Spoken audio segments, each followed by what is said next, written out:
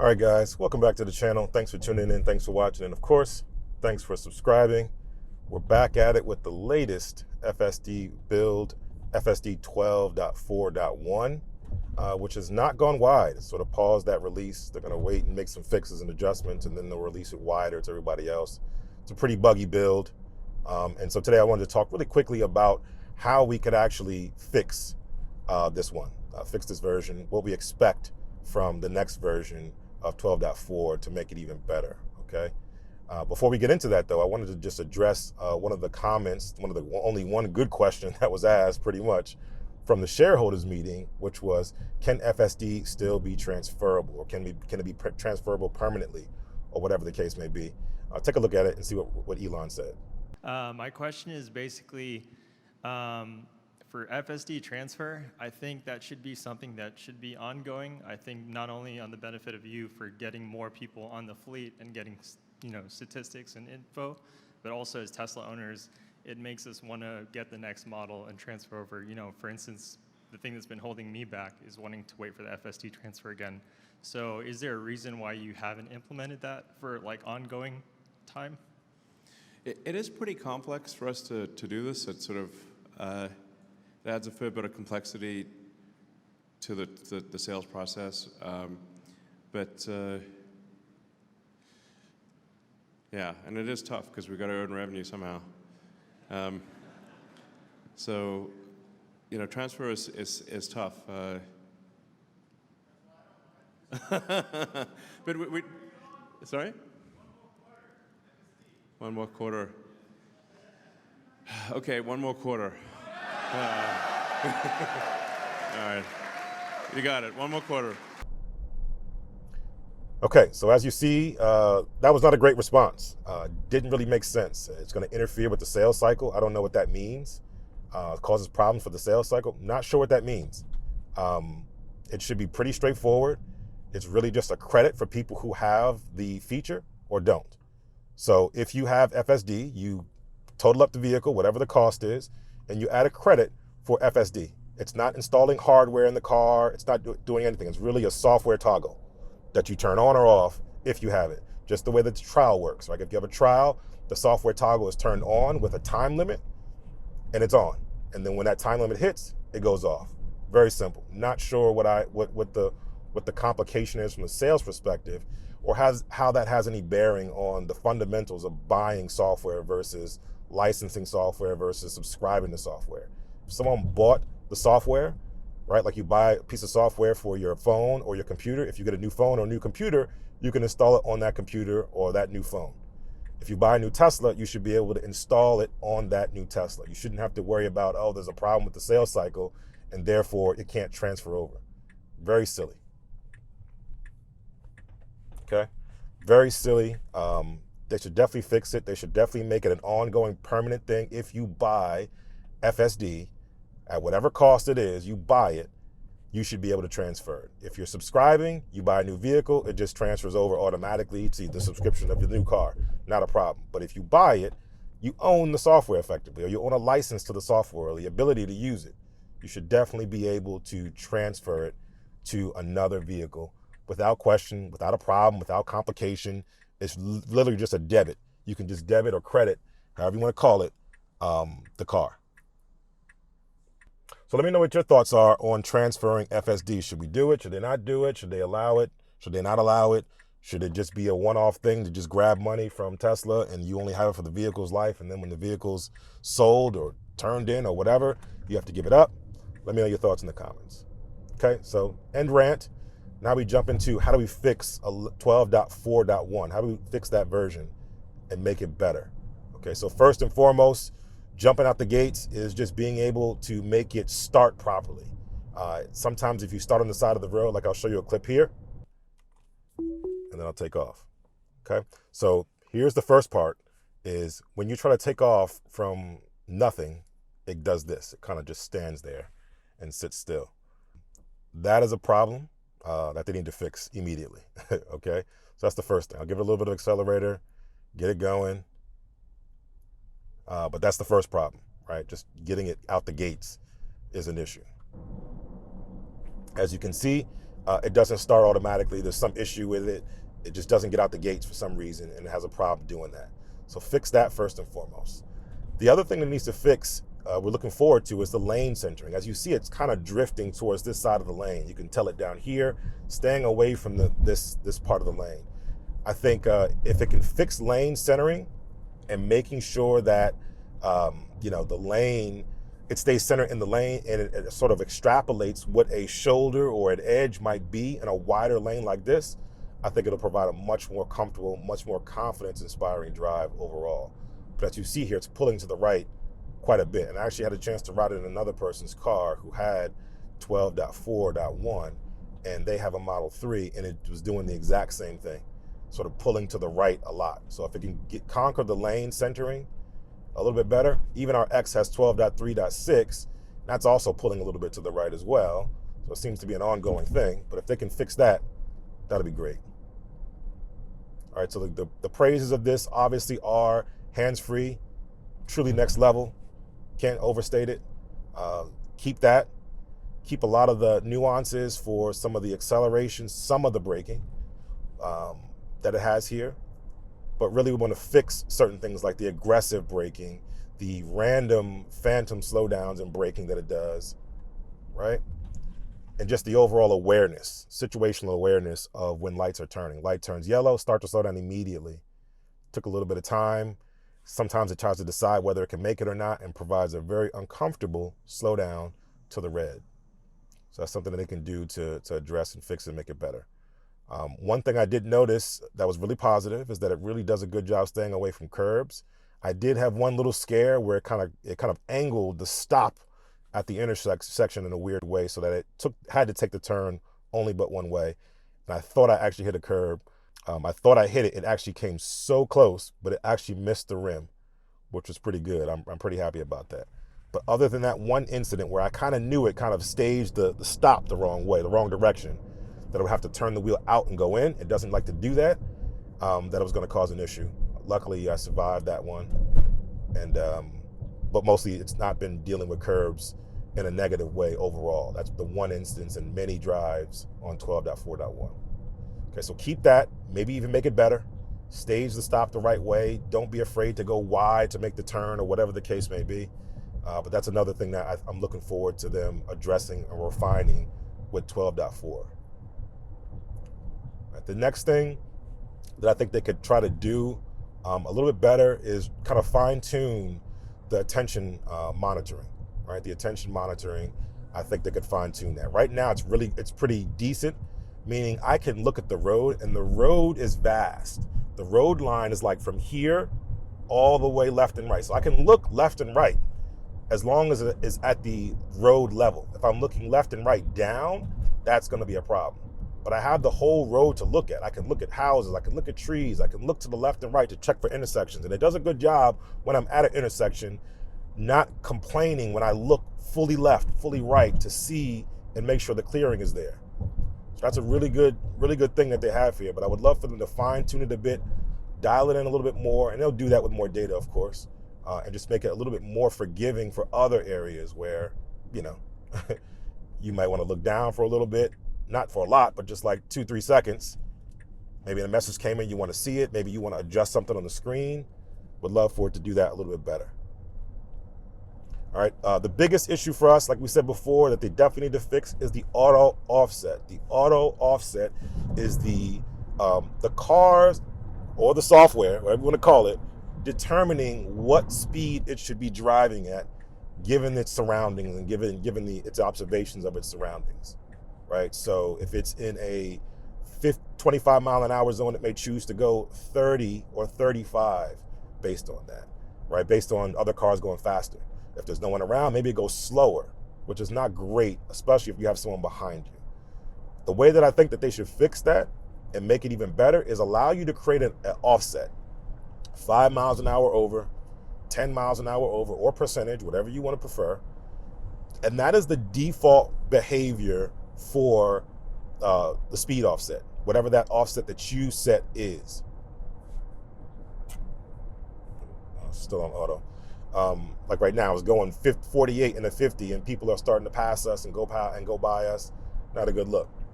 But set that offset 5 miles an hour over 10, whatever it is. That's the default behavior. And then based on the observations of people, of things around you, it can go that speed, maybe a little faster, or maybe a little slower to the limit. To the limit. That's the behavior that it should have. And then it will be perfect. Because then it's always going to go, if you're in a 25 mile an hour zone, it's going to go 30 at all times, unless some condition tells it to go a little bit slower, and the slowest it can go will be the actual limit. And then obviously if there's pedestrians or anything blocking, it'll go slower than that based on that. And then if it needs to go faster, people are driving faster than your 5 mile an hour, 10 mile an hour offset, it can speed up accordingly. And now you're always traveling at a good speed that's not problematic to the drivers and people around you, right? You're not going too slow, you're not going too fast, you're going just the right speed. So I think that's the quick fix. I think quick, relatively speaking, I'm not the developers, but that's the fix for it, right? Just make it, you set an offset, it goes that speed as a default, and then conditionally it goes over or conditionally it goes under based on the certain circumstances. But it should never just idly go under 35 miles an hour, go 25 miles an hour randomly, causing traffic to pile up behind you.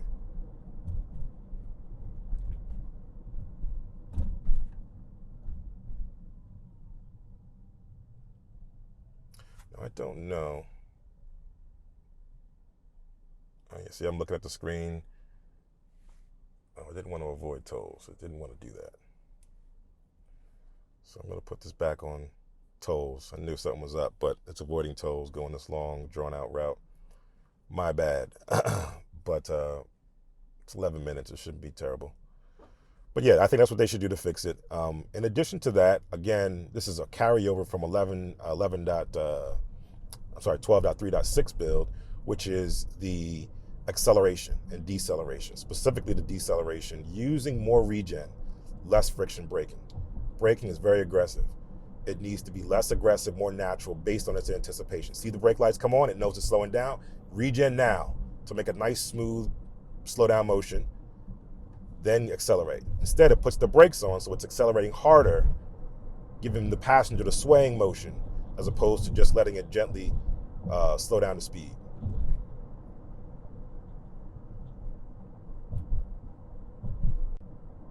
Definitely should fix that. And again, auto offsets here. Cars are going at a certain speed. We're not even matching the speed of the cars in front of us. So it's a 50 mile an hour zone. The speed limit is right there. It's going 41 miles an hour. And we are on the assertive profile. Assertive profile, which means I should have a shorter follow distance, make more frequent lane changes. And I should be a little bit closer to that car in front of me. At this speed, I should definitely be at least driving closer to 50 than anything else. And again, using my suggestion, if it was using my suggestion, it would be 50 miles an hour right now. And it would match these cars ahead of us. And then when it has an opening, it can go to whatever my offset is, 5 or 10 miles an hour over. And if cars are going slower, it'll go to the speed of the cars in front of it, no problem. But if there's no cars in front of it, it should never go below the speed limit for any circumstance, unless it's super residential, 15 mile an hour, 10 mile an hour, even some select 25 mile an hour zones. If there's kids present or pedestrians present, conditionally go slower than the speed limit to be cautious and careful. Fine, no problem. But if no one's around, it should be able to just go.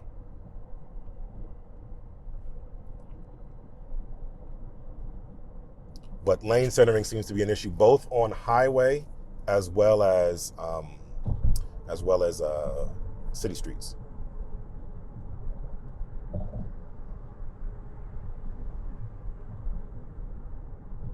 Okay, so this person's going super slow. We're going even slower than that. Cars are flying past us. This is not comfortable, right? This is not comfortable, and it needs to be in the next lane. Signaling now. Cars in the vantage point, in the blind spot. Go. Accelerating to get over. Nicely, nice and smooth, like it always does. Excellent job. Gets over. Anticipates this car coming over for the construction. Excellent job there as well. Great anticipation, great perceptive slowdown. And now it just needs to go. Speed up. Come on, guy. Come on, car. Come on, car. It just needs to go. So now we're in a 45 mile an hour zone. Now it's going to go 50 because cars are passing us. And that was the previously posted limit. And now we just gotta, it's slowing down significantly. It's gotta get over here. Okay, good job getting over. Slow down to get over. Not mad at that. So I think if they fix those things that I mentioned, this will be next level. This will be a game changer. This will be very reminiscent to 12.3.6 and also fix some of the issues with 12.3.6, in addition to having the enhancements of 12.4.1, the good things, the positives, the highlights of that build.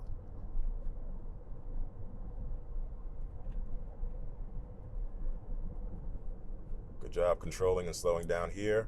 Does an excellent job controlling and slowing for curves in the road, not curbs, but curves with a V, as well as going downhill and uphill. Excellent job controlling, where cars would typically sway or fall back and forth or kind of inch up forward because of the momentum of going downhill.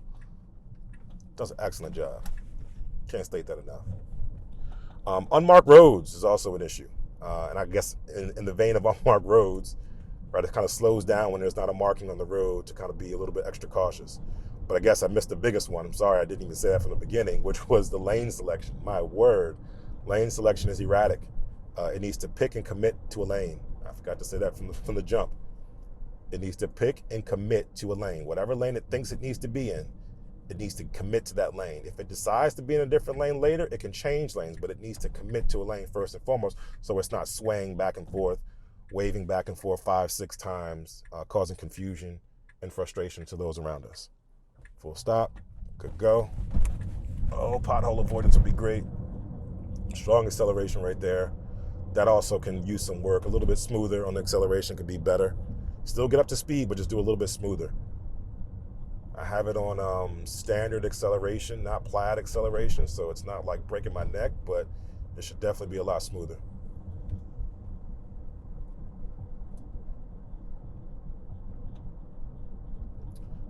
What else? What else can I think of that would improve the next 12.4 build? Oh, this is going to be bad. Oh, pothole avoidance for sure. I've noticed certain select random instances where it'll avoid a pothole, but not the ones you really think it should be avoiding. Some speculate that shading from the trees causes some issues with auto offset. I don't think that's the case. I just think auto offset is broken. You can debate me about that. I just think it's broken. It just needs to be fixed. Potholes are pretty egregious here. But yeah, everything else I think is really, really good. Don't let people tell you otherwise. I think the release is the build is being paused for some fixes and an update before it goes wide. Should definitely do that. But it's been enjoyable. It's been very usable, very enjoyable. Obviously, the glaring issues aside, outside of that, it's been very, very enjoyable. Really haven't had any issues, minus that near miss with the curb. But I think Tesla's doing great. Congrats to Elon for his package, getting his money he's owed. But definitely, we need to rethink how we treat owners, long time or short time owners, when it comes to buying their software, supporting their cause, and giving back to the shareholders, giving back to the owners in that regard. Specifically when it comes to FSD and software, it's software. It's no longer hardware. Before, when it was hardware and you had to install something, yeah, sure, charge me extra, or don't make it transferable because you have to do work to make it work. Now, if every car comes with the hardware necessary, it's literally a software flag to just say on or off. That makes absolutely no sense from a sales perspective why you wouldn't allow someone to transfer it over. It allows you to trade in the vehicle, get a used vehicle that you can then resell, right, potentially. Assuming that's the case, and maybe that's the condition. You have to sell your own vehicle back to Tesla, and then you can transfer it. Fine, do that. You get an old vehicle that you can sell in the pre-owned market. You get to sell a new vehicle for that fiscal quarter. You get to recognize the revenue of that car minus the cost of FSD. It's just almost like they didn't even buy it, but they still have it. There's no big deal. The same way that you give someone a free trial, it's no big deal for them to try it for a certain period of time. Obviously, you want the conversions, but it's no big deal. It shouldn't be a big deal. They bought it, they own it, they own a license to use that software. They can use it for whatever car they want. That should be a permanent fixture with Tesla. And it should account for every long-standing perk that you've earned or gained over time. That includes free unlimited supercharging too, or free unlimited premium connectivity. That should all be able to travel with you. There should be perks at the account level and can be applied to any one vehicle that you choose. And you can always buy new vehicles. Now you have customers who will always upgrade every time a new situation comes up. Very hard, aggressive stop. You hear the water in the back, you see the car jerking. Not a good look. I'll flag it. But yeah, not a good look. But yeah, all those perks. You shouldn't be penny pinching your owners, your loyal customers. Your loyal customers should be given things. Any other manufacturer will always shower their loyal customers with discounts, early access, swag, merch, whatever. They're always trying to make sure they come back, so they give them everything. Tesla does not do that. Tesla treats every owner like it's their first time. And you know that because when you if you're a long-time owner, you got multiple Teslas, you bought them over and over again, they still treat you like it's your first time buying a Tesla.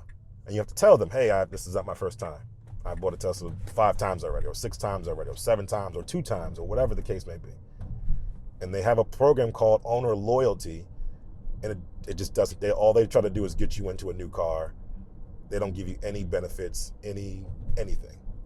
Terrible. That's Tesla's Achilles heel, their customer loyalty. If they get a competitor that matches them on everything else and can surpass them in customer loyalty, they will lose customers as a result. I can guarantee that. But obviously, they're so far ahead in AI and software, no one's really going to catch them.